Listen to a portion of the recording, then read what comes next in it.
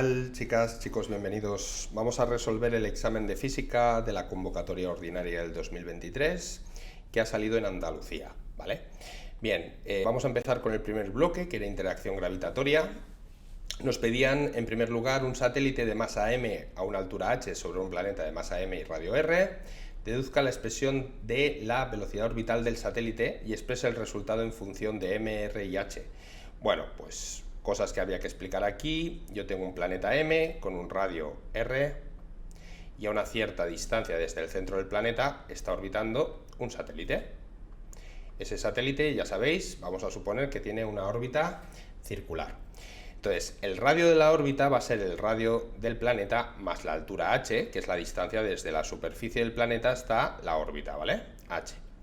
Entonces, ya sabéis que esto lo tenéis que deducir a partir de la segunda ley de Newton y explicando siempre, de forma razonada, ¿no?, que estáis utilizando una fuerza, que es la fuerza de atracción gravitatoria, ¿vale?, que es la única fuerza que actúa sobre este cuerpo, y que como resultado de esa fuerza aparece una aceleración que es de origen centrípeta, ¿vale?, o normal.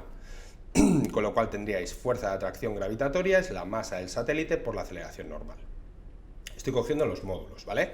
Entonces, la fuerza de atracción gravitatoria en módulo, pues G por la masa del planeta por la masa del satélite entre el radio al cuadrado. Y esto sería la masa del satélite por la aceleración normal. Y como ya sabéis, la aceleración normal es v cuadrado partido por r.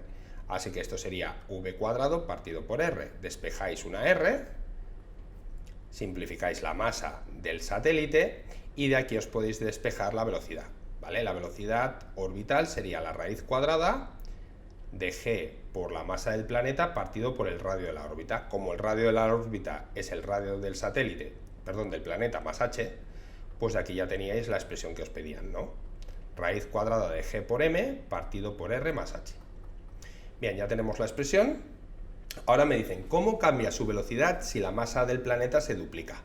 Bueno, pues imaginaros que esta masa pasase a ser el doble. Tenemos una nueva masa que es 2 veces m. ¿Qué le pasaría a la velocidad?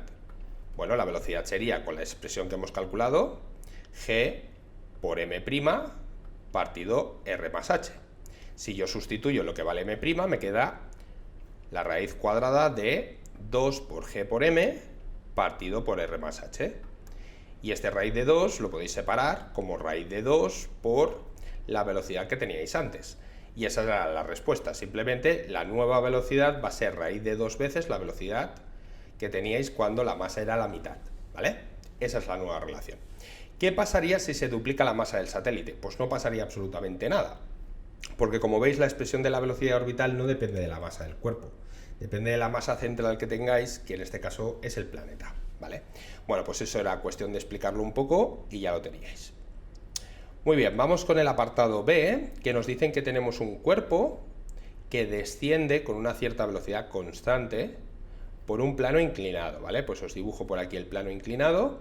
Este plano no sabemos lo que mide, su longitud, pero sí sabemos la altura, h. Y también sabemos el ángulo, 30 grados. Bueno, pues para calcularme cuál es la distancia que hay en este plano, que yo lo voy a llamar incremento de r, que es el desplazamiento, ¿vale?, que vais a tener, pues el desplazamiento, fijaros que está relacionado por trigonometría, ¿no? El seno de 30 sería el cateto opuesto, h partido por la hipotenusa. Y de aquí os podíais despejar cuánto medía incremento de r. h partido por el seno de 30. Como el seno de 30 es 0,5 y h valía 15, pues esto os va a quedar 30 metros, ¿vale? Así que teníamos un plano aquí de 30 metros, ¿vale? Una vez entendido esta relación, vamos a poner ahora dónde estaba la masa. La masa la tenéis aquí arriba. Y nos dicen que sobre esa masa está actuando una fuerza aplicada. Vamos a dibujarla, ¿vale? Que esto baja con velocidad constante. Una velocidad constante descendiente por el plano inclinado. Que la fuerza aplicada, que es esta, va en sentido contrario, como veis. Y que teníamos rozamiento, entonces también tendríais una fuerza de rozamiento que va en sentido contrario al desplazamiento. Tenemos el peso, que va para abajo, y que, como ya sabéis, podemos descomponer en sus dos componentes, una componente Y, P sub I, y una componente X, ¿vale? P sub X. ¿Qué más fuerzas hay? Bueno, pues tenéis también la fuerza normal que hace el plano sobre el bloque. Y ya tenemos aquí todas las fuerzas que se estaban aplicando sobre el bloque. Esto es lo que nos pedían aquí cuando dice realice un esquema con las fuerzas que actúan sobre el cuerpo. Vale, ahora me dicen determine razonadamente el trabajo realizado por cada una de las fuerzas hasta que el cuerpo llega al final del plano. Teníais varias maneras de hacerlo. Por ejemplo, yo no tengo cuál es el coeficiente de rozamiento, pero me tengo que calcular la fuerza de rozamiento de alguna manera. Entonces, ¿qué podéis aplicar? Que sobre el eje de las X, igual que sobre el eje de las Y, la suma de las fuerzas tenía que valer 0. ¿Por qué? Pues porque no hay aceleración. Si se mueve con velocidad constante, no hay aceleración. ¿Vale? Entonces, aplicando la segunda ley de Newton, me quedaría que suma de fuerzas es igual a 0. Vale, entonces, si yo me centro en la suma de fuerzas en el eje de las X, que obviamente mi eje de las X es el que es paralelo al plano, ¿vale? Dirigido para abajo. Este es mi eje de las X. Pues fijaros que tendríamos la componente X del peso para abajo, la fuerza de rozamiento para arriba y la fuerza aplicada para arriba. Y sabemos que esto tiene que valer 0. Así que yo de aquí me podía despejar la fuerza de rozamiento. Sería componente X del peso menos la fuerza aplicada.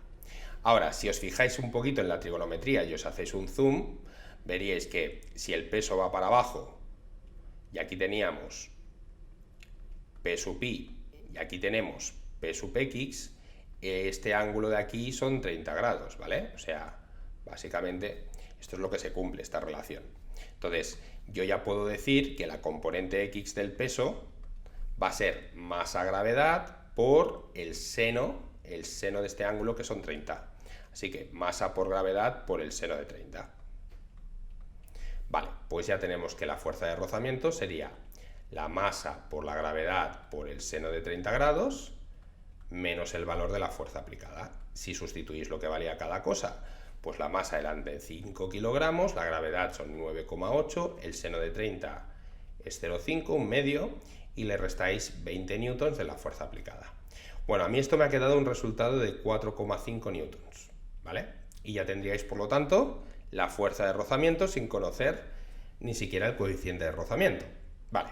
Por otro lado, tenemos la fuerza aplicada, sí, conocemos el valor de la fuerza de rozamiento y podemos ver cosas más o menos obvias. Por ejemplo, primera cosa lógica, ¿cuál es el trabajo que está haciendo la fuerza normal? Bueno, ya sabéis que esto se calcula como el valor de la fuerza en módulo por el desplazamiento por el coseno del ángulo que forman esos dos vectores, el vector desplazamiento que iría para abajo y el vector normal que es perpendicular. Por lo tanto, este es el coseno de 90. Como el coseno de 90 vale 0, pues aquí no está haciendo trabajo 0 julios, ¿vale? Ahora, ¿qué más fuerzas tenemos aquí? Tenemos la fuerza aplicada. ¿Trabajo hecho por la fuerza aplicada? Pues sería el valor de la fuerza por el desplazamiento por el coseno ahora de ¿cuánto? De 180.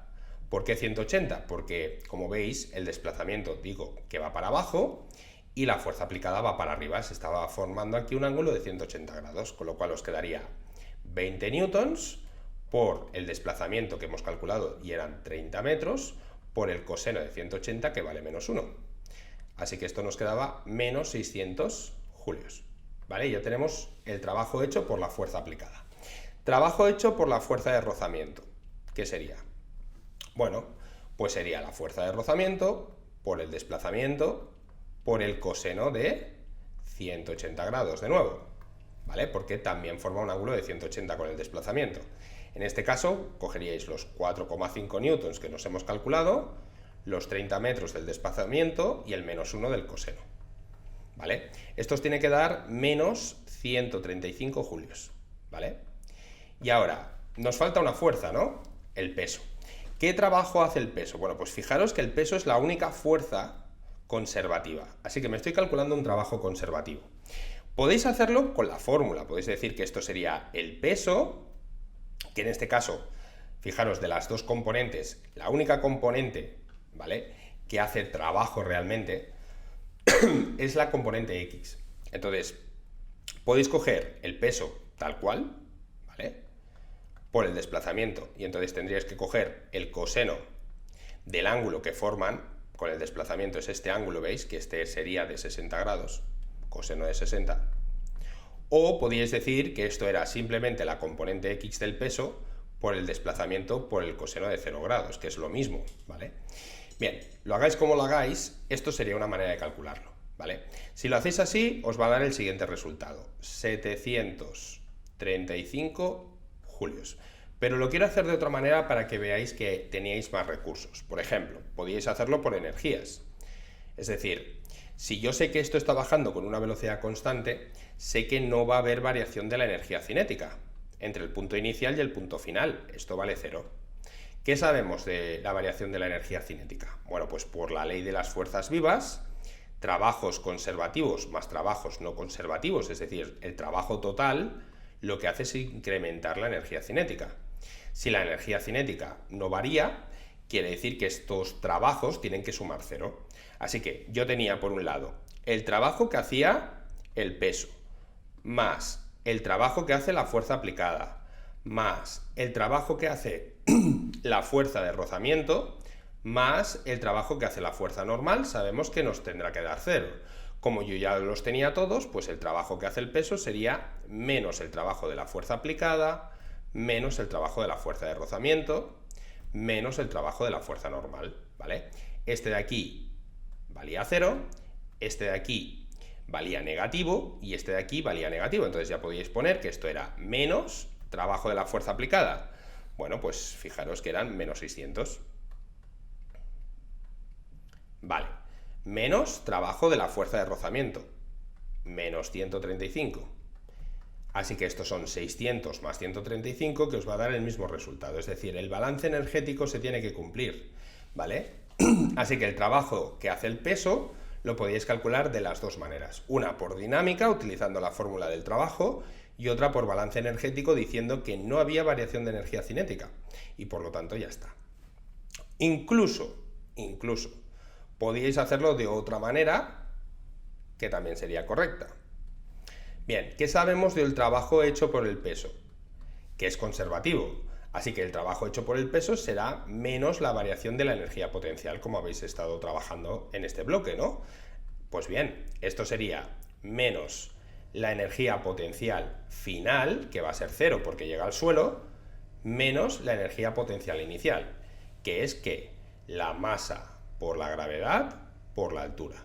Si lo hacíais así, fijaros que os va a dar lo mismo. Masa por gravedad por altura, ¿cuánto valía? Pues la masa de 5 kilos por 9,8 por la altura, que eran 15 metros.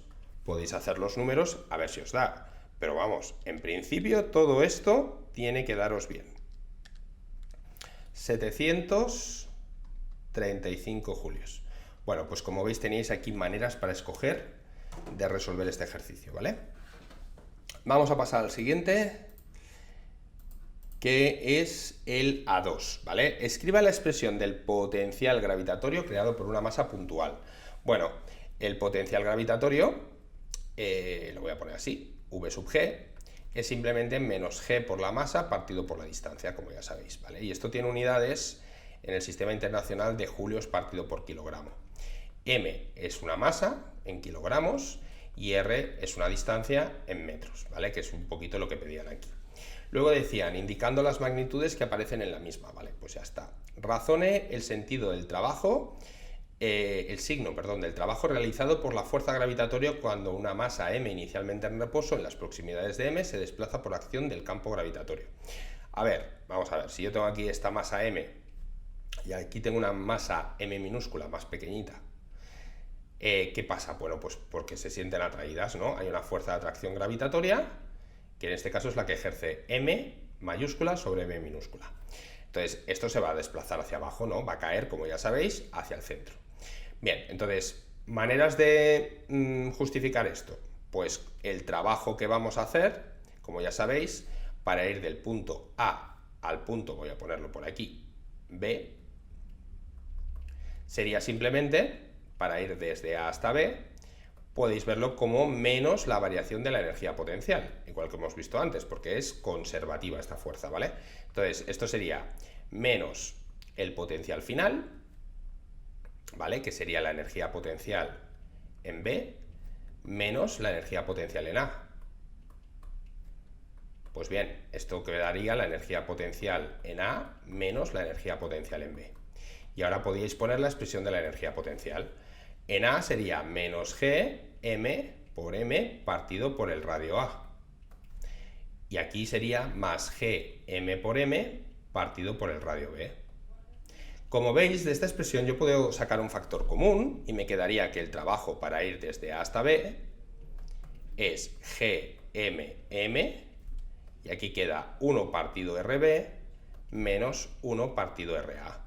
¿Qué es más grande, RB o RA? Hombre, RB es la distancia desde el centro hasta este punto. Por lo tanto, como RB es más pequeño que RA, necesariamente 1 partido por RB menos 1 partido por RA me va a dar positivo. Así que este trabajo es positivo, ¿vale? Una manera de verlo. Otra manera es que ya sabéis que cuanto más cerca de un cuerpo estáis, ¿vale?, menor es su potencial, ¿vale? El potencial va aumentando a medida que nos vamos alejando. ¿Por qué? Pues porque tiene un menos delante, ¿vale?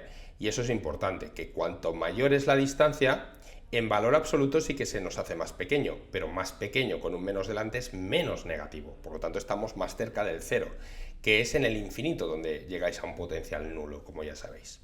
Bueno, pues esto eran varias maneras de justificarlo que podíais utilizar en el examen. Ahora, una vez explicado esto, vamos a ver el apartado B, que aquí sí que ya nos pedían algún cálculo. Bien, nos dicen que tenemos la Tierra y la Luna, ¿no? Tenemos aquí la masa de la Tierra y aquí la masa de la Luna, ¿vale? Nos dicen que la masa de la Tierra es 81 veces la masa de la Luna y que la NASA envió una nave a las proximidades de la Luna, sabiendo que la masa de la Tierra es 81 veces la masa de la Luna y nos daban la distancia entre los centros, distancia de aquí a aquí, la podríais llamar D, por ejemplo, que es 3,84. Fijaros las unidades, está en kilómetros, lo voy a poner en metros, por 10 elevado a 8 metros. Sería la distancia desde aquí hasta aquí, toda esta distancia. Vale, esto es D. Me dicen que me calcule el punto entre la Tierra y la Luna, donde la fuerza ejercida por ambos cuerpos sobre la nave es 0. Bueno, ese puntito va a quedar por aquí, más cerca de la Luna que de la Tierra, seguro. Y podéis llamar a esta distancia desde la Tierra a X, y a esta distancia sería pues D menos X, ¿vale? Desde la Luna. Es el típico ejercicio, de hecho este ha salido ya varias veces este año también. Entonces, ¿qué tendríamos? Que la fuerza que está haciendo la Tierra sobre esta nave, que estaría aquí, va a compensarse con la fuerza que está haciendo la Luna. ¿Para qué? Pues para que el vector resultante, la fuerza ejercida por ambos, sea 0. Esto es lo mismo que decir que los módulos se tienen que igualar, ¿vale? Que la fuerza en módulo tiene que valer lo mismo para que se compensen. Bueno, pues a partir de esta expresión, fijaros que tendríais G por la masa de la Tierra partido por X al cuadrado, y en este lado, bueno, sí, como es una fuerza, de hecho tendríais que poner también la masa del cuerpo, pero no os preocupéis que se nos va, ¿eh? Y en este lado, pues G por la masa de la Luna por M partido por la distancia, que sería D menos X todo al cuadrado, ¿veis? Como digo, cosas que se nos van de aquí, pues unas cuantas, ¿vale? En primer lugar, podéis simplificar la masa de la nave. Podéis simplificar la constante de gravitación, ¿vale? Y luego, pues, podíais pasar D menos X al cuadrado a este lado, la masa de la Luna dividiendo, y fijaros que a partir de esta relación de masas, yo ya sé que la masa de la Tierra entre la masa de la Luna me da 81. Pues bien, si usabais esto, os quedaría en este lado 81 por D menos X al cuadrado, es igual a X al cuadrado, ya solo queda sacar la raíz cuadrada a ambos lados, y no tenéis que coger más menos porque son distancias. Las distancias siempre son positivas, no tiene sentido coger una versión negativa de esto, y me quedaría 9D menos X es igual a X. Pasáis esto al otro lado, os despejáis la X y os quedaría algo así como 9 partido 10 por D, si no me he equivocado, ¿vale? Bueno, pues ya tenéis el valor, la expresión y ahora pues os podíais calcular el valor numérico. 9 décimos por D, que era 3,84 por 10 elevado a 8 metros, a mí me ha dado un resultado, ahora os lo digo, si aquí lo tengo, de 3,45, 46 redondeando, ¿vale? Por 10 elevado a 8 metros, ¿de acuerdo? Bueno, pues esta era lo que nos pedían en primer lugar, ¿vale? La distancia yo la he calculado desde la Tierra, también os la podríais calcular desde la Luna, ¿eh? Porque no especifican calcular el punto. Bueno, pues el punto va a estar entre la Tierra y la Luna a esta distancia de la Tierra, ¿vale? Bien, luego, determinen la energía potencial de la nave en ese punto sabiendo que su masa son 5.000 kilogramos. Bueno, pues vamos a ver, cosas que vamos a utilizar, este mismo resultado lo podíais reciclar, ¿vale? Yo lo voy a intentar calcular de una manera pues más física, es decir, trabajando con las expresiones hasta el final, que es lo que se suele esperar en un examen de física. Entonces, ¿cuál sería la energía potencial total, ¿vale?, sobre esa nave? Pues sería la energía potencial ejercida por la Tierra más la energía potencial ejercida por la Luna, ¿no? La ejercida por la Tierra sería menos g por la masa de la Tierra partido por la distancia. Y esa distancia es la x, que hemos dicho que era d por 9 partido 10.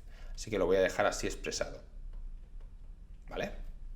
Y luego habría que sumarle, por supuesto, me falta la masa del satélite, ¿eh? La masa de la nave.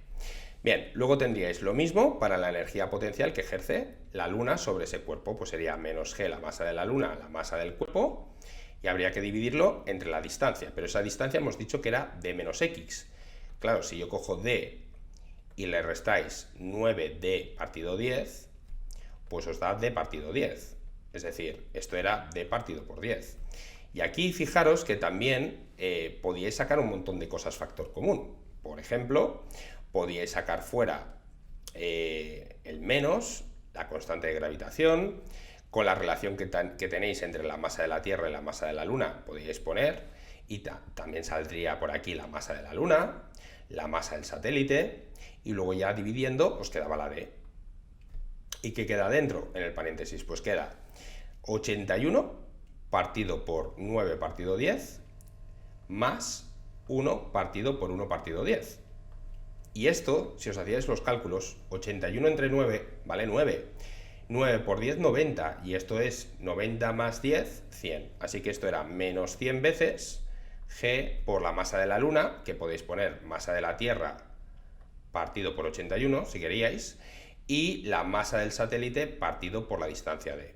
Así que, bueno, pues ya nos ha quedado una expresión un poquito más fácil, que bueno, si lo sabéis hacer, fantástico, y si no, os podíais ir calculando pasito a paso todo, pero así se cometen menos errores, creo yo, con una única expresión, ¿vale? Pues menos 100 partido por 81, por la constante de gravitación, por la masa de la Tierra, por la masa de la nave, partido por la distancia. Esto es lo que nos ha quedado. Y ahora ya puedo sustituir, ¿vale? Pues menos 100, 81, 6,67 por 10 elevado a menos 11. La masa de la Tierra, pondríais el valor que teníais ahí en el enunciado, 5,98. Aseguraros siempre que todo está en el sistema internacional. Luego, 5.000 kilogramos de la nave, 5.000, y lo dividíais todo entre esta distancia que hemos quedado que eran 3,84 por 10 elevado a 8 metros. Vale. Bueno, pues me voy a calcular esto a ver cuánto da, que no lo había calculado, la verdad. 100 dividido entre 81 por 6,67 por 10 a la 11 menos, por 5,98 por 10 a la 24 por 5.000, y lo dividíamos entre 3,84 por 10 elevado a 8. Bien, a mí esto me ha quedado un resultado de 6,4 por 10 a la 9, negativo, ¿eh? Es negativa esta energía, menos 6,4 por 10 elevado a 9 julios. Así, pues como veis, hemos utilizado todos los valores y esto no hemos tenido que hacer ningún redondeo y por lo tanto es un resultado bastante exacto, ¿vale? Eso es un consejo que os doy. En física intentad siempre trabajar con las expresiones hasta el final. Y al final sustituís los valores, porque así es como se espera que trabajéis, ¿vale? Y eso también se valora. Bien, pues ya hemos resuelto este ejercicio. Vamos con el siguiente. Bien, el siguiente ejercicio, como veis, era de interacción electromagnética, ¿vale? Nos decían que en una región hay un campo eléctrico uniforme, una carga eléctrica negativa entra en dicha región con una velocidad v en la misma dirección y sentido que el campo. Entonces, a ver, para entendernos, tenemos aquí una carga Q y aquí tenemos un campo que yo voy a poner hacia la izquierda y que es paralelo a esta velocidad, ¿vale? Y me dicen que deteniéndose tras recorrer una distancia d, ¿vale? Entonces, cuando haya recorrido una cierta distancia, esta era su velocidad inicial, tendrá una velocidad final que será 0, ¿vale? Esto se para. Y para hacer eso necesita recorrer una distancia d. Vale, ahora dice, razones si es positivo, negativo o nulo el valor de I, el trabajo realizado por el campo eléctrico, la variación de energía cinética, potencial y mecánica. Bien, bueno, la primera cosa que podéis ver es que aquí solo está actuando un trabajo conservativo, así que no hay variación de energía mecánica, eso está claro. No hay variación de energía mecánica por justificación de que solo actúa una fuerza conservativa. Vale. Si esto lo tenéis claro, ya vemos que la variación de energía cinética va a ser igual a menos la variación de la energía potencial. Y se está frenando, ¿vale? Así que la variación de la energía cinética está claro que va a ser negativa, lo cual me lleva a que la variación de la energía potencial pues tendrá que ser positiva. Así que con esto ya hemos resuelto la segunda pregunta, variación de energía cinética, potencial y mecánica. Por energía será fácil de sacar. El trabajo realizado por el campo eléctrico, pues también lo podéis sacar muy fácil, porque el trabajo que hace un campo es menos la variación de la energía potencial. Y acabo de decir que la variación de la energía potencial era positiva, así que esto tendrá que ser negativo, ¿vale? Maneras de deducirlo, pues fijaros, cosas que podéis hacer. ¿Qué sabemos? Que el campo eléctrico siempre va dirigido de potenciales mayores a potenciales menores, ¿vale? Entonces, esta carga es negativa. ¿Y cómo se calcula también el trabajo que hace un campo? Pues es menos la carga por la diferencia de potencial, en este caso final, V menos inicial, V más. Sé lo que está dentro de este paréntesis es negativo. Sé que la carga es negativa y sé que aquí hay un menos. Menos por menos por menos, menos. Otra manera de deducirlo. O sea, teníais muchísimas maneras de deducir que este trabajo es negativo, que la energía potencial es positiva, que la energía cinética es negativa y que el trabajo, que la energía mecánica no variaba porque es un trabajo conservativo. Vale, pues ya lo tenemos este. Vamos a ver qué más nos pedían aquí. Sí, aquí nos dicen en el apartado B la parte más práctica, ¿no? Tenemos dos cargas que se encuentran respectivamente en los puntos 0, 0 y 1, 1. Vale, pues vamos a dibujar esto en unos ejes. Todo esto está en metros, ¿vale? Pues vamos a dibujarlo por aquí. Aquí el eje de las X, ¿vale? Entonces tenemos X en metros y en metros. Vale, este es el punto A, el origen de coordenadas, y en ese punto tenéis una carga positiva. Vale, y luego tenemos el punto B, que sería el 1, 1, más o menos por aquí.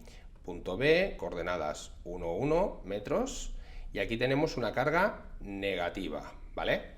Bien, aquí tenéis los valores de las cargas, entonces vamos a ponerle un nombre a las cosas. La carga A sería de 2 milicoulombios y la carga B sería de menos 3 milicoulombios. Vale, luego nos dicen, represente y calcule el vector campo eléctrico en el punto C. Vale, punto C. El punto C es el punto 1, 0. Vale, pues aquí está el punto C, coordenadas 1, 0. Y bien, ¿cómo se hace esto? Bueno, pues vamos a dibujarlo. Esto es una carga positiva, con lo cual crea un campo que va a ir dirigido hacia afuera de la carga, ¿vale? Este sería el campo creado por la carga A. en el punto C, ¿vale? Y luego tenemos una carga negativa y sabemos que las cargas negativas crean campos que van hacia las cargas. Por lo tanto, aquí estaría el vector E sub B. Y la suma vectorial os va a quedar el campo resultante, que vamos a poner de otro color, por ejemplo verde, que sería este, ¿no? Este sería el campo total en el punto C. Bueno, pues esto es vectorialmente era este el dibujito y ahora vamos a calcularlo. El campo creado por la carga A sería K por la carga A partido por la distancia que va desde A hasta el punto C, ¿vale? Esa distancia, acordaros que está al cuadrado, por el vector unitario que va de A a C, pero el vector unitario es el vector I, ¿vale? Y luego teníamos el campo creado por B, que sería K por la carga B, partido por la distancia que va desde B hasta C al cuadrado, por el vector unitario que va de B a C. El vector unitario es menos J, porque va para abajo, ¿vale? Estoy hablando del vector unitario desde la posición B a la posición C, que es este. Bien, y ahora las cargas en estas fórmulas hay que ponerlas con su signo, para que todo cuadre. También podéis calcularos el módulo y luego multiplicar por el sentido que sabéis que tiene según el dibujito. Es otra manera de hacerlo. Vale, pues ¿cuánto nos quedaría esto? A ver, sería 9 por 10 elevado a 9. El valor de la carga, positivo de 2 milis, pues 2 por 10 elevado a menos 3. Lo dividís entre la distancia al cuadrado. La distancia aquí era 1 metro, ¿vale? Pues 1 al cuadrado. Y por el vector I, y ya tendríais aquí el valor, ¿vale? Bueno, pues si os calculáis esto, os va a quedar un campo A de, no me lo he calculado, pero bueno, esto es fácil, 18 por 10 elevado a 6, pues algo así como 1,8 por 10 elevado a 7 y tendría unidades de Newton partido por Coulombio en la dirección I, ¿vale? Es un campo.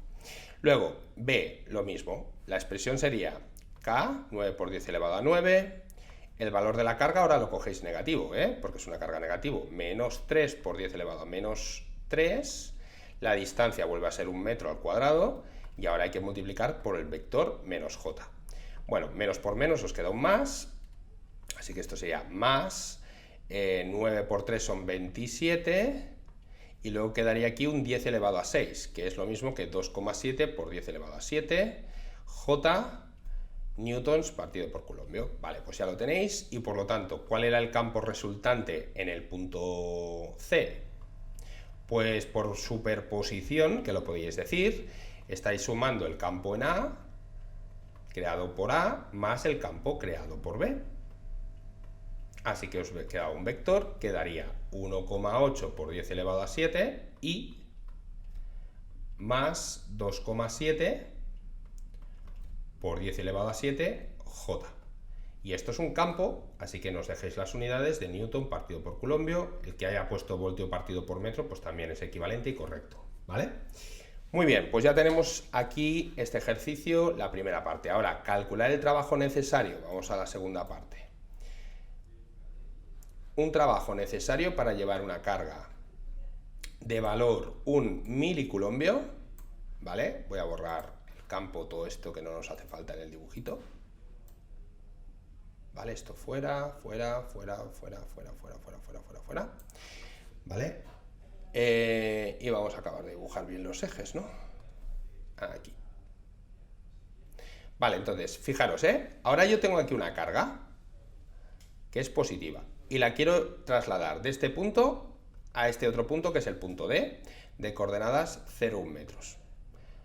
Vale, hacía falta hacer algún cálculo aquí. Vamos a ver. Esta distancia es la misma. Las cargas son las mismas.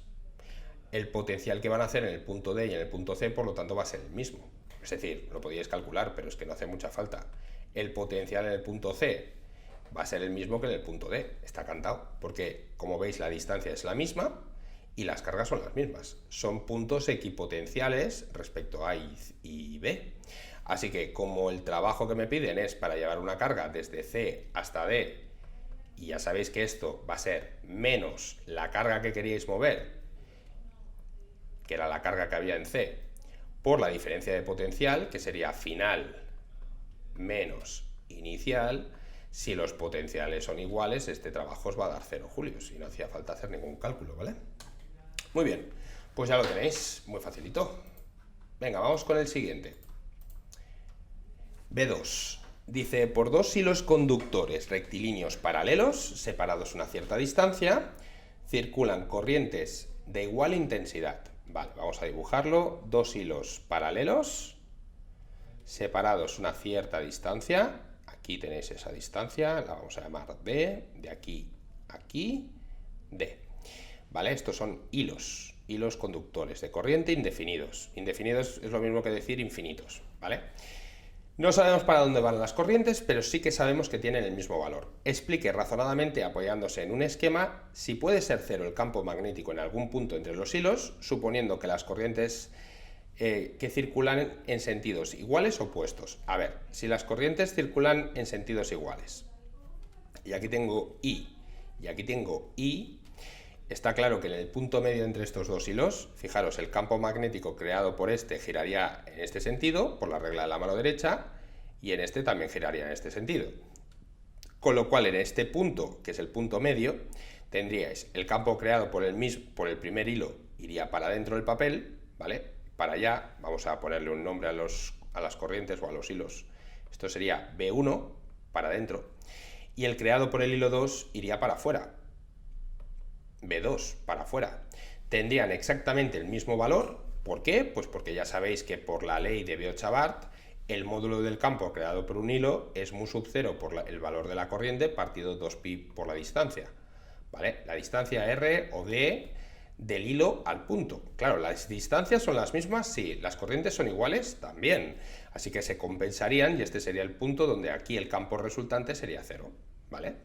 ¿Qué pasaría si uno de los hilos circulase en otro sentido? Por ejemplo, imaginaros que el hilo 2, en lugar de circular para arriba, circulase para abajo.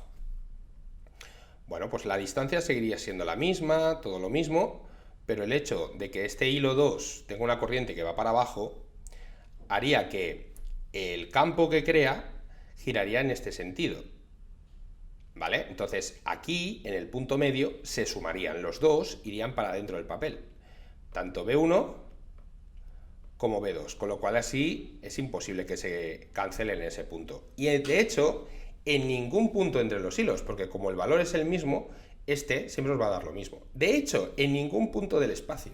No podemos anular esto. Dices, bueno, ¿y si me pusiese por este lado? Si los valores de las corrientes son iguales, tampoco se van a cancelar, ¿vale?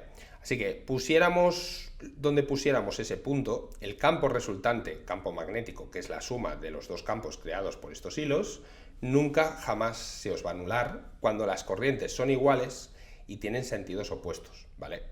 Así que esto era lo que teníais que explicar un poquito con este esquema. Muy bien, vamos a ver qué más nos pedían. Borramos esto. Vale, pues ahora la parte más práctica, ¿no? Dos hilos rectilíneos paralelos, otra vez es el mismo dibujo, ¿vale? Un hilo por aquí, lo vamos a intentar dibujar un poquito mejor, y aquí otro hilo por aquí, ¿vale? Más o menos así. Dice que están separados una distancia, y ahora sí que nos dan un valor, 0,2 metros, 20 centímetros, ¿vale? Y dice que se atraen con una fuerza por unidad de longitud, de 5 por 10 elevado a menos 8 newtons partido metro. Justifique si el sentido de la corriente es el mismo en ambos hilos, representando en un esquema el campo magnético y la fuerza entre ambos. Bueno, pues podéis coger cualquiera de los dos hilos, por ejemplo, hilo 1, hilo 2, ¿vale? Y aplicáis que, por ejemplo, este va para arriba. ¿Para dónde tiene que ir este? Bueno, pues ya sabéis que también tendrá que ir para arriba, ahora lo vamos a ver. Dicen que tienen la misma intensidad, I. Vale, ¿por qué es una fuerza de atracción entre los hilos cuando van en el mismo sentido? Porque el primer hilo, como ya hemos visto, va a crear un campo que giraría en este sentido. Cuando miremos ese campo donde está el otro hilo, tendríais un campo que va dirigido hacia adentro, ¿vale? B. Y ese campo tendría un valor, como ya hemos visto, que sería mu sub 0 por el valor de la corriente partido por 2pi por la distancia que hay entre los hilos. Vale, entonces un campo que está actuando sobre un hilo de corriente crea una fuerza, y esa fuerza se calcula por la ley de Laplace, ¿vale? Que es decir, es la corriente por el vector longitud por el producto vectorial del campo, ¿vale? Es esto. Entonces, claro, si yo miro que tanto la corriente va para arriba y el campo va para adentro, el ángulo que se forma es un ángulo de 90 grados y el módulo de esta fuerza sería simplemente I por L por B. Si yo sustituyo lo que vale la B, os queda que la fuerza sería la longitud por I por B, que es mu sub 0 por I, partido todo por 2pi D. Así que ya tenéis la expresión de la fuerza por unidad de longitud. Sería mu sub 0 por I, es decir, I al cuadrado, partido 2pi por D. Y ya está justificado y está demostrado matemáticamente de dónde sale la expresión. Y ahora que nos pedían, pues bien, sabiendo el valor de esta fuerza por unidad de longitud, justificar el sentido de corriente en un esquema, ¿vale? Que por cierto también lo podíais haber hecho del hilo 2 al hilo 1, os daría exactamente la misma fuerza, es decir, la fuerza que hace el hilo 1 sobre el hilo 2 en módulo es la misma que hace el hilo 2 sobre el hilo 1, igual que con las cargas, solo que aquí, cuando son mismo sentido, se atraen. Cuando son sentidos contrarios, se repelen, ¿vale? Es justo al revés que con las cargas eléctricas. Vale, justifique, ya está, calcule el valor de la intensidad de corriente. Bueno, pues esto era despejarse de aquí el valor de la intensidad. De esta expresión me quedaba la fuerza partido por la longitud por 2pi por la distancia, partido por mu sub 0, y le sacabais la raíz cuadrada, ¿no? Y ya lo tenéis todo. Vale, F partido por L lo teníamos y daba 5 por 10 elevado a menos 8. Tenemos el 2, tenemos el pi, tenéis la distancia que eran 0,2 metros y lo dividíais entre mu sub 0 que os daban el valor 4pi por 10 elevado a menos 7. Pues bien, sustituyendo esto, ¿vale? Vamos a ver cuánto debería dar. No lo he calculado, así que perdonad, pero lo hago rápidamente. 5 por 10 a la menos 8 por... vale, aquí me quedaría un 0,1 que podíais coger. Entre 1 por 10 elevado a 7 menos, tac, tac, 0,22. 0,22 amperios, ¿vale? Este es el valor de las corrientes, aproximadamente, cogiendo dos decimales, ¿vale? Que tendríais en este caso. Bien, pues ya hemos calculado este ejercicio también, creo que es todo correcto y creo que no nos pedían nada más. No, vale, pues venga, vamos a por otro. Vale, pasamos al siguiente bloque que ya es ondas óptica geométrica, ¿vale? Bueno, el primero, como veis, iba de una lente delgada, queremos obtener una imagen virtual mayor que el objeto, realice razonadamente el trazado de rayos correspondiente, justifique qué tipo de lente debemos usar y dónde debe estar situado el objeto. Bueno, esto ya sabéis cómo va. Para tener una imagen, como dice aquí, virtual y mayor, ¿vale? Necesariamente tiene que ser una lente convergente, ¿vale? ¿Por qué? Pues porque las imágenes con una lente divergente siempre son virtuales, pero siempre son más pequeñas que el objeto, ¿vale? Entonces, pues nada, era cuestión de hacerse el diagrama de rayos, como dice aquí, y justificarlo. Aquí lo tenéis, ¿vale? La clave es que para esta lente convergente, como ya sabéis, tenemos que colocar el objeto entre el foco de la lente y la lente, ¿vale? De esa manera, haciendo el trazado de rayos, tendríais el primer rayo que incide perpendicular pasaría por el foco, el segundo que pasa por el vértice y no se cortarían, pero si los prolongáis por el otro lado, efectivamente veríais que sus prolongaciones sí. Aquí faltaría un rayo, que no lo he dibujado, pero os lo dibujo ahora, sería el que pasaría como si viniese de F, ¿vale? Entonces este incidiría aquí, saldría perpendicular a la lente, porque la lente es convergente, ¿no? Y como veis tampoco se cortaría este rayo, pero su prolongación por el otro lado sí que se cortaría, ¿vale? Formando una imagen virtual derecha y de mayor tamaño, ¿vale? Muy bien, pues aquí teníais el diagramita y vamos con el otro apartado, ¿vale? El otro apartado nos dicen que sobre una pantalla deseamos proyectar una imagen de un objeto que mide... El objeto mide 5 centímetros de alto, esto es la I, ¿vale? Para ello contamos con una lente delgada convergente de distancia focal, ¿vale? Es convergente, así que esto es F' de 20 centímetros, o lo que es lo mismo, 0,2 metros positivo, ¿vale? Y una pantalla situada a la derecha a una distancia de 1 metro, ¿vale? Nos estaban dando la S', 1 metro.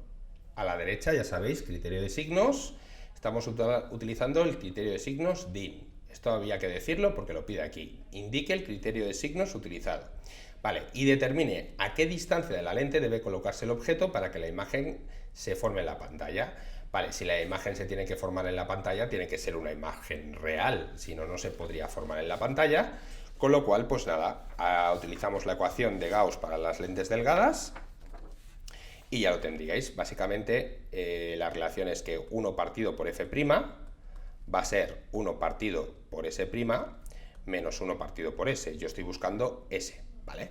Entonces, nada, aquí os despejabais 1 partido por s, quedaría 1 partido por s' menos 1 partido por f', ¿no? Pasando esto a este lado, y aquí ya podéis sustituir. Esto quedaría 1 metro dividido entre 1 menos 1 dividido entre 0,2 metros. O sea, 1 menos 5, o sea, menos 4.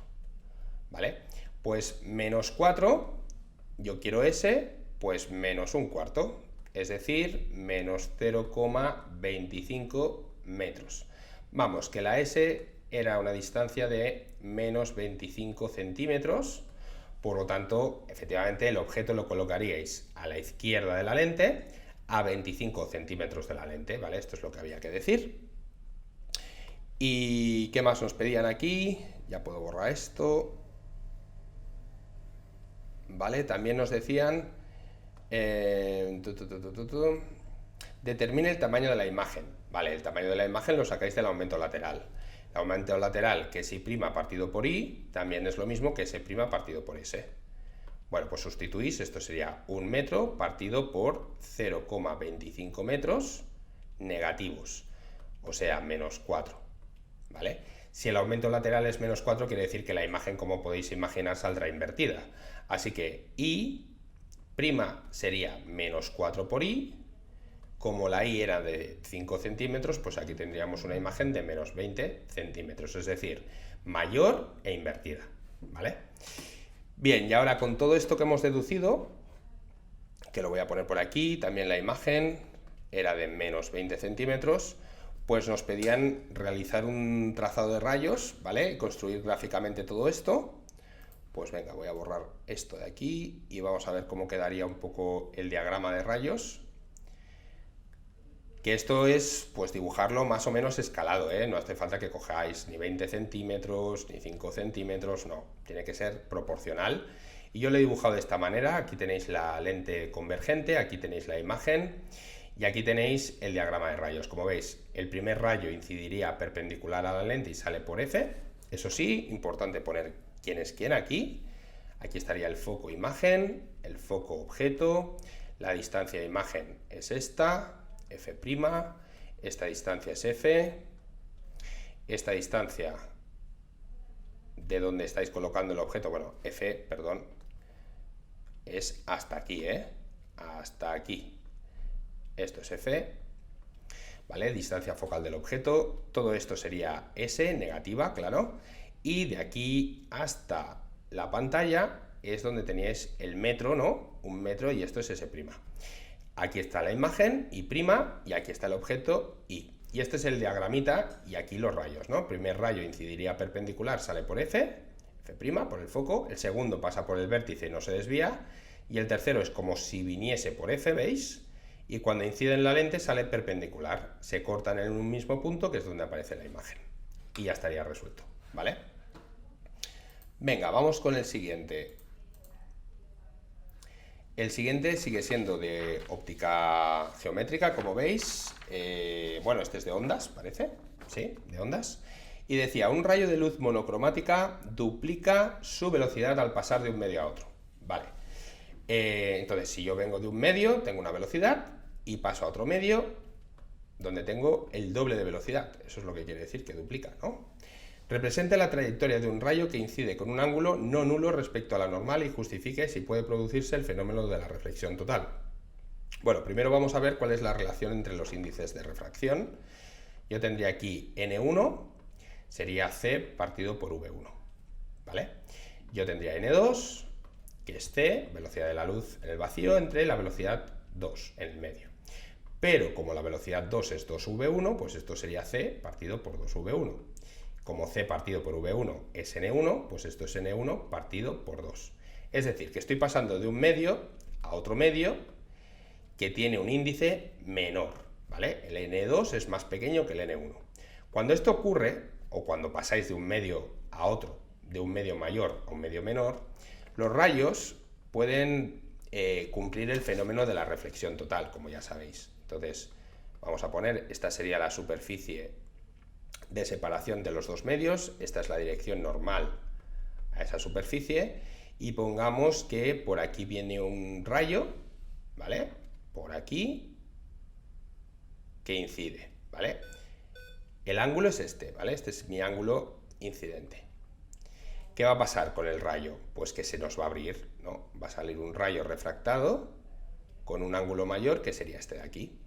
Entonces, ¿puede darse el fenómeno de la reflexión total? Claro que sí.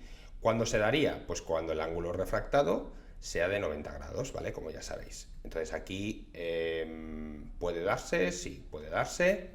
¿Qué más pedían? Un ángulo justifique que puede producirse. Sí, puede producirse. Determine razonadamente la relación entre las longitudes de onda. Vale, las longitudes de onda. Bueno, ya sabéis que cuando pasáis de un medio a otro la frecuencia se conserva, ¿vale? No hay un cambio en la frecuencia. Entonces podríais decir, bueno, pues V1, como ya sabéis, es la longitud por la frecuencia. F1. Y V2 es lambda 2 por F2. Pero cuando pasamos de un medio al otro, la frecuencia se mantiene constante. Aquí F1 y F2 valen lo mismo, es la misma frecuencia, son iguales. Entonces, podíais despejaros las frecuencias y os quedaría V1 partido lambda 1 es igual a V2 partido lambda 2. Porque las frecuencias, como digo, son iguales. Entonces, a partir de esta relación y sabiendo la relación que había entre velocidades, pues os podéis pasar lambda 2 a este lado, os pasabais lambda 1 al otro y os quedaba V2 partido por V1 y V2 es 2 veces V1, así que esto sería por 2.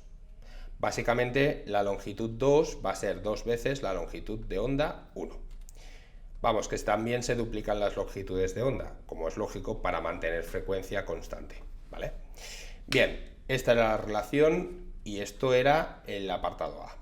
Vamos a ver qué más pedían ahora. Vale, ahora nos dicen que teníamos un rayo, ¿vale? De luz de una cierta frecuencia, ¿vale? Nos están dando el valor de la frecuencia y de la longitud de onda en el interior de un líquido, ¿vale? Pues vamos a poner la frecuencia son 8,22 por 10 elevado a 14 hercios y esta sería la longitud de onda en el líquido. Bueno, no pongo frecuencia en el líquido porque la frecuencia es la misma en el medio en el que estéis. Vale, la longitud de onda del líquido son 1,46 por 10 elevado a menos 7 metros.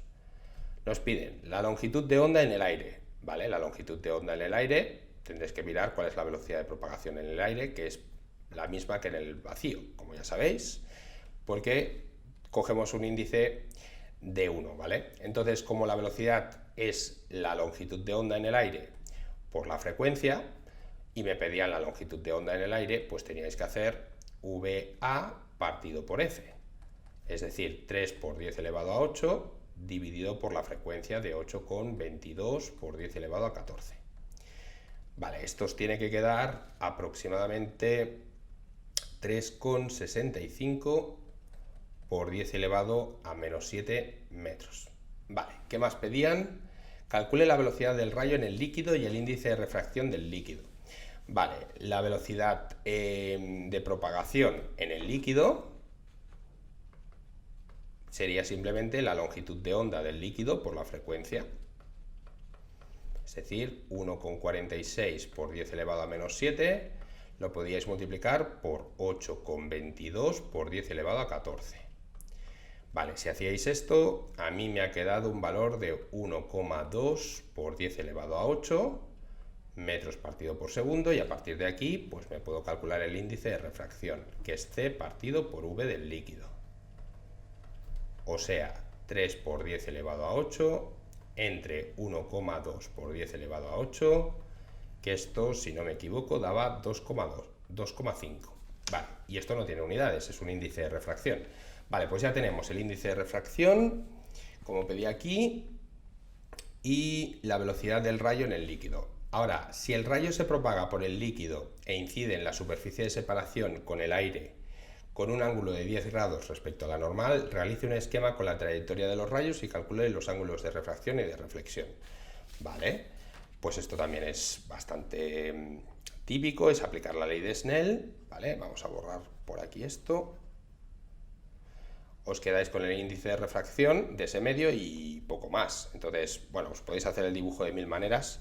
Por ejemplo, pongamos que esta es la superficie plana de separación entre los dos medios, que aquí está el aire, que aquí está el líquido, ¿vale? Este sería la dirección perpendicular. Vale, yo vengo con un rayo. Vamos a poner bien el rayo, que me está quedando fatal esto. Vamos a poner este rayo de otro color para que se vea mejor. Vale, pues por aquí viene el rayo incidente, ¿vale? Y este es mi ángulo incidente, que es 10 grados. Está claro que cuando choque hay un rayo siempre que se refleja. Por la ley de la reflexión, ese rayo reflejado, este es el reflejado, va a tener el mismo ángulo que el ángulo incidente, o sea, 10 grados aquí. Luego tenéis que estamos pasando un índice de 2,5 a un índice de 1. Por lo tanto, el rayo se me abre. Y por aquí vendría el rayo refractado, con un ángulo mayor, ¿vale? Estamos pasando de más a menos. El rayo se abre y este sería mi ángulo refractado, ¿vale? Para calcular cuánto vale, pues tendríamos que aplicar la ley de Snell, como ya sabéis, que dice lo siguiente. El índice del líquido por el seno del ángulo incidente va a ser igual al índice del aire por el seno del ángulo refractado, ¿vale? El del líquido es 2,5, el seno era el seno de 10 grados, aquí tenéis un 1 por el seno del ángulo refractado. Y de aquí os teníais que despejar el seno y con el seno hacer el arcoseno, como ya sabéis, y calcularos el ángulo.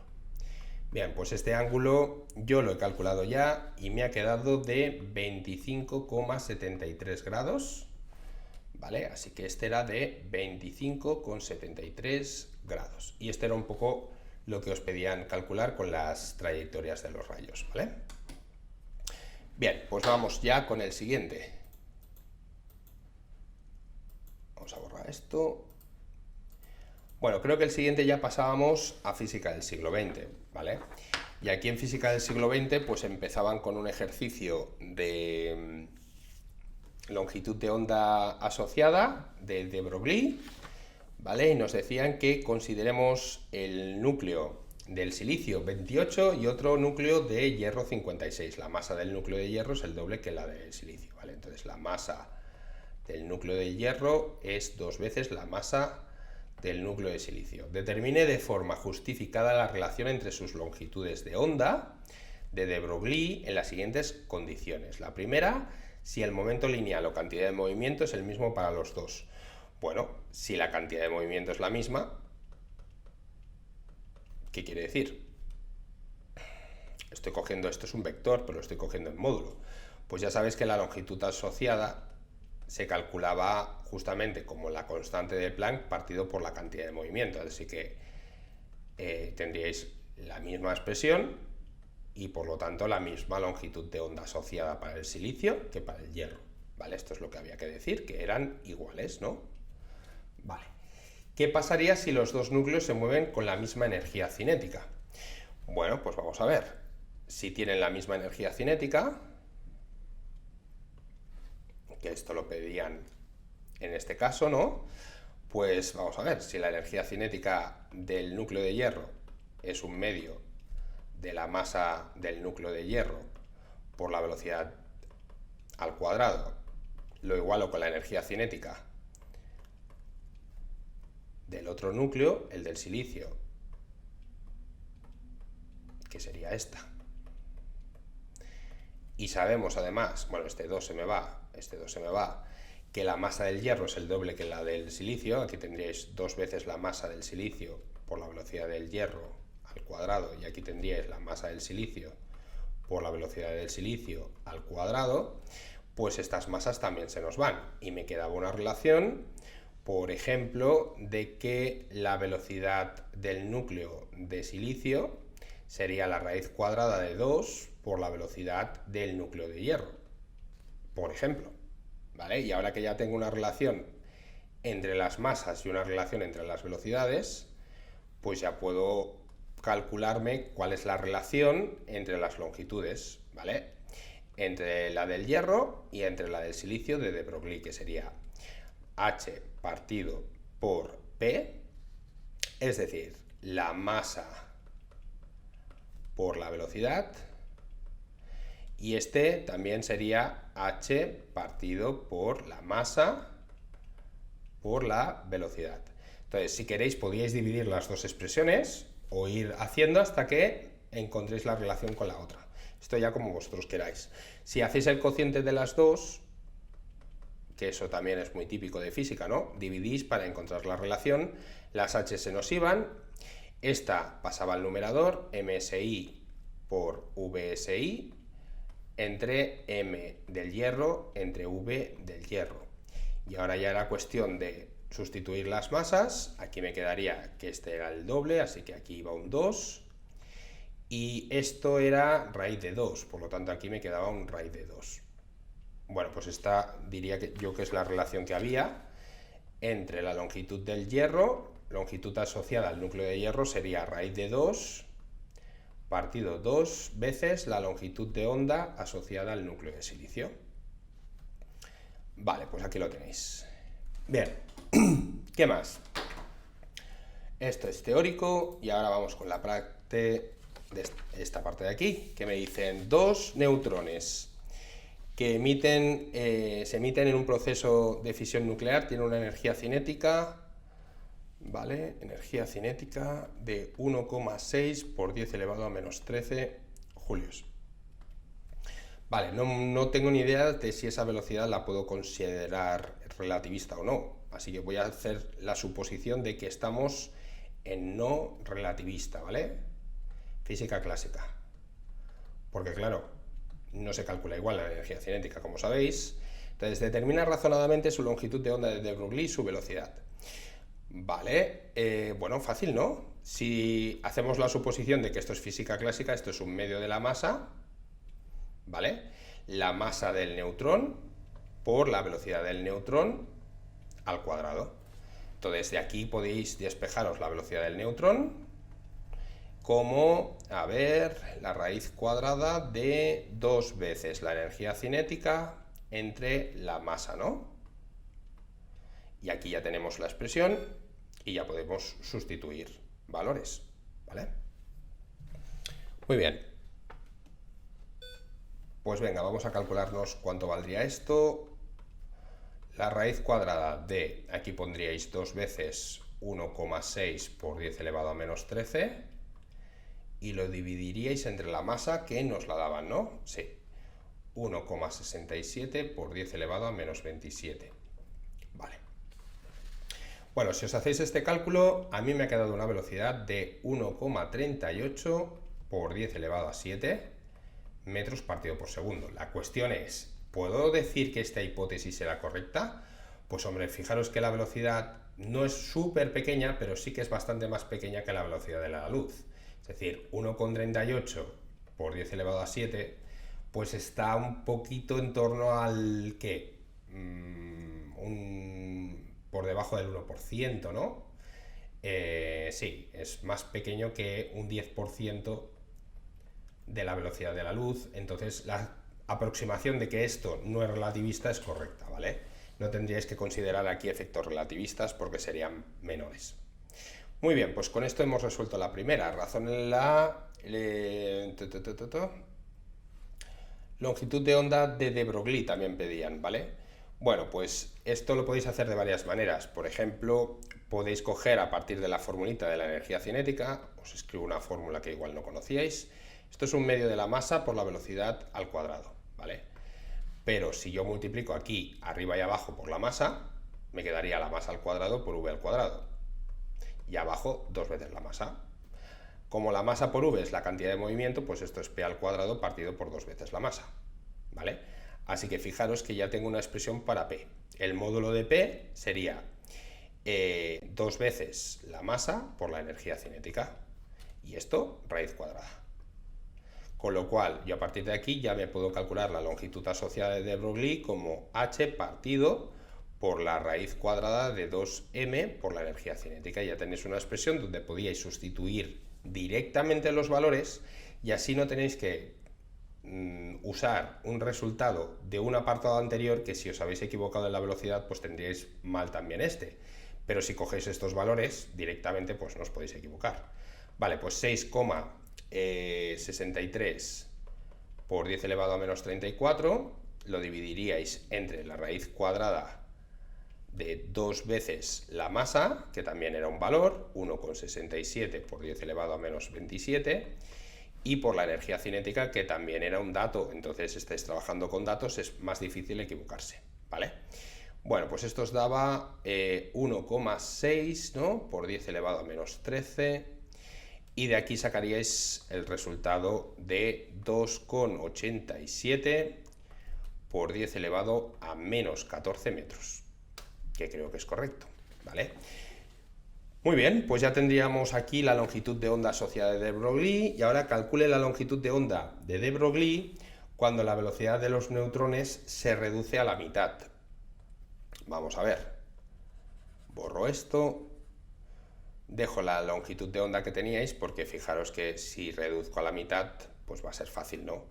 Es decir, estamos en el siguiente escenario, la nueva longitud de onda va a ser la h, que no habrá cambiado porque es la constante de Planck. Abajo tendríais la p, pero la p ¿qué es? La masa de los neutrones por la nueva velocidad de los neutrones, que nos dice que la velocidad se ha reducido a la mitad, o sea, la velocidad de los neutrones partido por 2. Pues esto sería 2 veces h partido por la masa por la velocidad.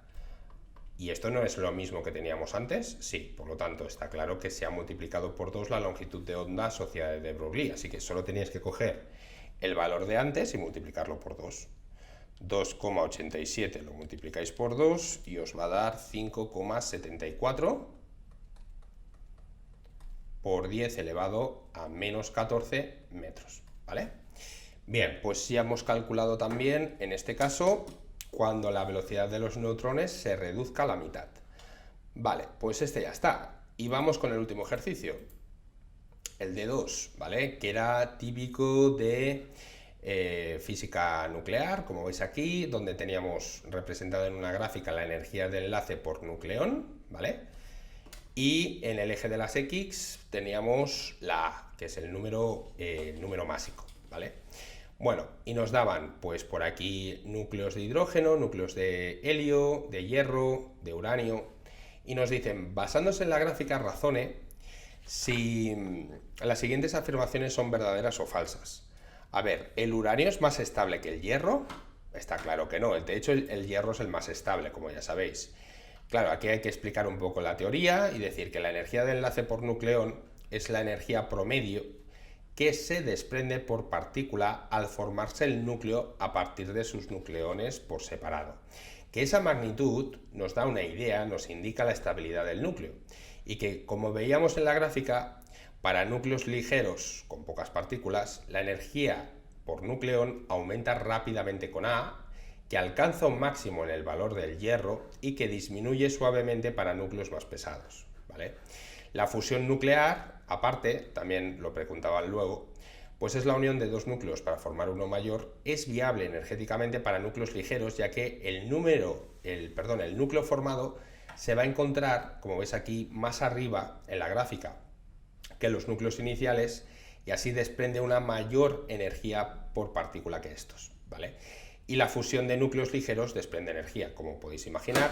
Así que todo esto que era medio teórico, pues yo creo que lo teníais que explicar un poco para razonar y justificar que la primera afirmación es falsa, porque el uranio tiene una energía de enlace por nucleón menor que el hierro, ¿vale?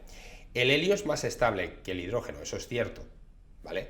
por lo que al producirse la fusión nuclear de dos núcleos se desprende energía. Eso es totalmente cierto. Como sabéis, ese tipo de fusión nuclear es lo que está sucediendo en el Sol todos los días, continuamente, ¿no? Tenemos que dos núcleos de hidrógeno nos darían el helio, ¿vale? Y en esta reacción nuclear se desprende, ¿vale? Sale disparada una cantidad enorme de energía. ¿Por qué? Pues porque hay un defecto de masa, ¿vale? Hay un defecto de masa y esa energía es lo que se desprende. Muy bien, bueno, pues esto es lo que teníais que justificar un poquito. Y luego pues había que hacerse algún cálculo para el segundo apartado, el apartado B. Bueno, no lo he dicho, creo que sí que lo he dicho, pero por si acaso, la primera era falsa, ¿no? Falsísima, ¿vale? Y la segunda era verdaderísima, ¿vale? Venga, vamos con la B. En algunas estrellas se produce una reacción nuclear en la que el silicio 2814, tras capturar 7 partículas alfa, 7, ya sabéis que las partículas alfa equivalen a estos núcleos de helio 4,2, ¿vale? Y se transforma en níquel. Níquel algo, AZ. Bueno, pues ¿qué va a ser la A? La A va a ser 28 más 7 por 4, 56, ¿no? Esto debería daros por aquí un 56. Y la Z, pues haciendo aquí la suma de los números barónicos, como ya sabéis, pues 14 más 7 por 2, 7 por 2 que es 14, 28. ¿Vale? Entonces ya sabemos que níquel es, sí, es el níquel 5628, ¿vale? Y esta es la reacción. Claro, ¿esto desprende energía? Sí, muchísima energía también. Y me piden que escriba la reacción nuclear descrita, calcule la A y la Z, eso ya está, y calcular la energía liberada por cada núcleo de silicio, o sea, por cada uno de estos, ¿qué energía se libera? Bueno, pues aquí ya sabéis que hay que, en primer lugar, calcularse cuánto vale el defecto de masa, ¿vale? El defecto de masa en este caso sería, pues vamos a ver lo que estamos juntando aquí. Estamos juntando el núcleo de silicio, la masa, por lo tanto, del silicio 2814, que nos la daban en unidades de masa atómica, más 7 masas de 7, ¿no? Núcleos de helio, 4,2, y luego le tenéis que restar la masa de lo que produce, que son los reactivos, ¿vale? Ya sabéis que la masa de los nucleones que juntáis, de los núcleos, es mayor a la masa de lo que da. Por eso esa diferencia de masa se desprende en forma de energía, ¿vale? Entonces aquí tendríamos que restar la masa del níquel, que aquí lo teníamos, que era 5628, y haceros este calculito, ¿vale? Bueno, pues si hacíais este cálculo en unidades de masa atómica, os daba un defecto de masa de 0,053019. Aquí ya sabéis que conviene siempre poner todas las unidades que os den, ¿vale? Porque es importante. Y luego podríais calcularos este defecto de masa en kilogramos, ¿vale? Pues para eso habría que multiplicar por 1,66 por 10 a la menos 27. Esto no me lo he calculado, pero os lo digo rápido. 0,053019 por 1,66 por 10 a la 27 menos. Bueno, pues os quedaría una masa pequeñita, lógico, de 8,8 aproximadamente por 10 a la menos 29 kilogramos. Y a partir del defecto de masa os podéis calcular la diferencia de energía, ¿vale? La energía desprendida liberada por cada núcleo de silicio utilizando la ecuación de Einstein, ¿no? Sería el defecto de masa en kilogramos por la velocidad de la luz al cuadrado. ¿Vale? Pues si multiplicabais esto por 3 por 10 elevado a 8 al cuadrado, bien, a mí esto me ha quedado un resultado de 7,92 por 10 elevado a menos 12, y esto ya son julios, ¿vale? Energía medida en julios. Vale, pues esto sería por cada núcleo, esto es energía por cada núcleo de silicio, ¿vale? De silicio. Muy bien, pues creo que con esto hemos acabado todo el examen. Espero que os haya ido muy bien, chicos, que os haya ido bien los exámenes en general. Y nada, nos vemos en el próximo vídeo. Muchas gracias.